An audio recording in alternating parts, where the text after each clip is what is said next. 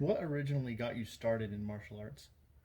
Actually, a friend of mine, he went by my house all the time with his uniform on the back of his bicycle, and I finally got my mom to take me down there, and it was the best thing that I ever got to do. After my first lesson, I knew that's going to be my way of being, and I was only 9 years old. I was saying, a 9-year old, how would he know? Well, here I am sitting. You know, might have been a wish, might have been a want, but it ended up to be fate.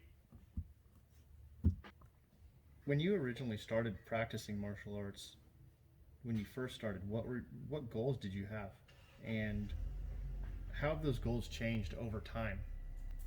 When I first started practicing martial arts is because I enjoyed the workout. It was very hard, and I got to meet new friends, and I thought that was really neat because I was a very quiet child and young man.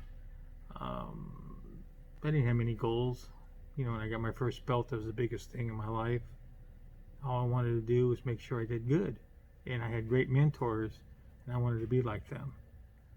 So my goals have not changed. I just like learning.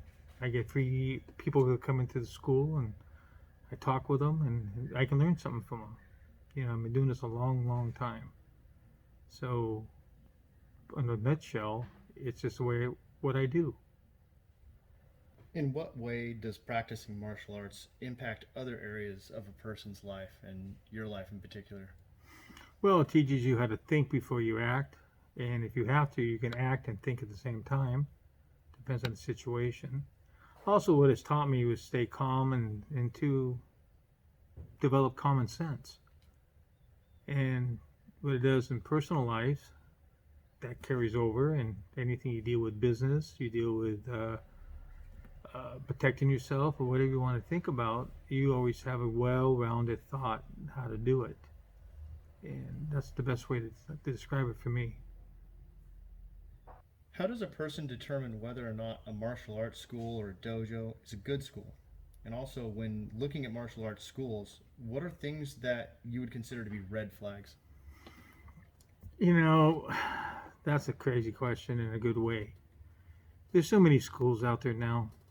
Um, there'll be people come to our school that loves us, and they wouldn't go to the guy down the street, or they go down there, and they wouldn't come to us. It doesn't matter. As long as some people or people inside a building or out in the parking lot or wherever they're training at, um, is doing movement, learning the way they want to work, and they get something from it, no matter what it is, it's a good thing. I think everybody should do it, at least experience it once in their life, and you never know, this might just stick with you and become part of your life.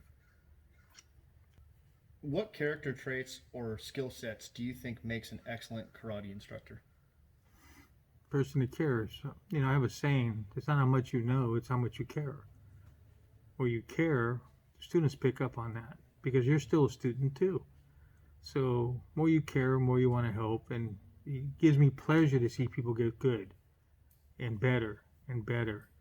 And they might walk in and have no balance or nothing. That's nothing. That doesn't mean anything. That means it's unpracticed. And what we teach them, they become practiced in balance and movement and breathing. And this makes us feel good. My whole staff's like that. In your opinion, should everyone practice martial arts? Absolutely. No matter what you're practicing. The only thing I would say for a red flag, going back to a couple questions ago, is that you want to get a coach who really cares about your safety too. Because there are some out there, not many, but there are some out there that's really more into um, being more violent with its students, and that's not what we do.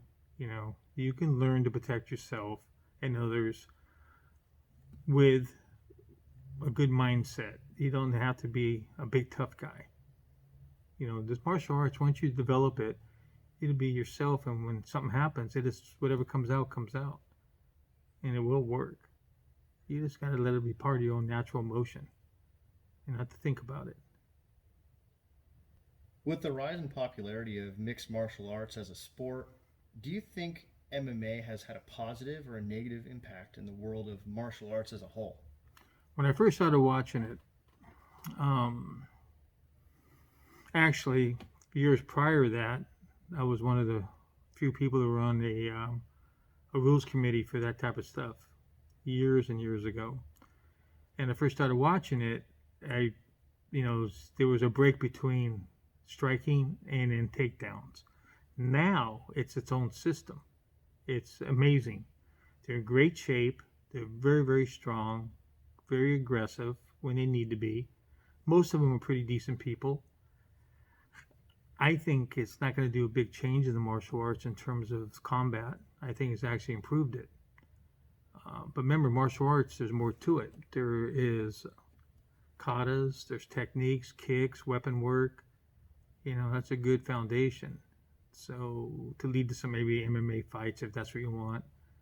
Our school basically concentrates on more stand-up stuff, kickboxing, Thai boxing, and real down-to-earth self-defense.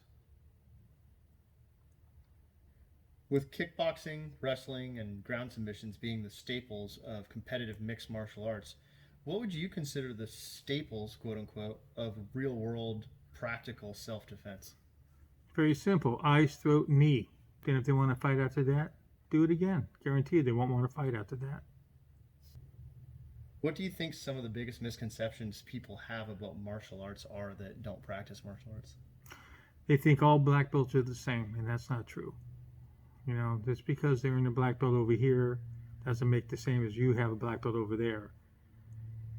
It depends what the person does. No martial art works unless you make it work. It's simple as that. A lot of people, when they get to a black belt, they think that that's all they're ever going to learn. And a black belt is basically a dirty white belt, and now it's time to learn.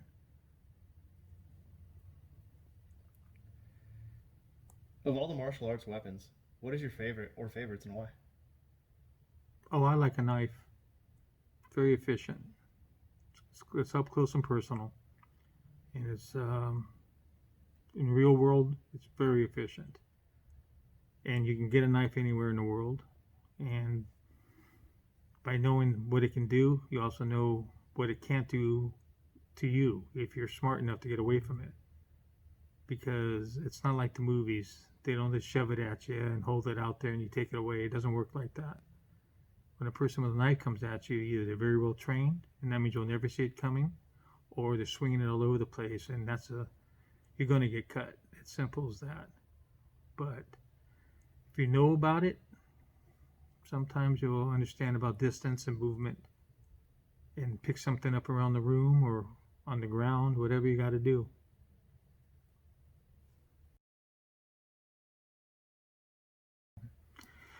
In a nutshell, you train in boxing, kickboxing, MMA, ground fighting, that's all great stuff. In real life scenarios, which are not even scenarios, they're real life, all that stuff will work if you can make it work. And it's great to be trained in all of it. But the only thing you can depend on is your reflexes, your training, and you got to have an attitude not to quit. You cannot quit. And you will do anything to survive. And that's simple as that. To either protect you, your family, your friends, against anything that comes at you. If you have no quit in you, you'll do fine. You might not feel fine after, you might be hurt, but you're going to be okay. So altogether, if you train all these martial arts, you yourself should have your own martial arts inside of you, your own thing that you would want to do. And you will never know until that time comes. So that's all I'm going to give you a word of advice, is to train hard, stay in shape, and stay ready. Don't get ready.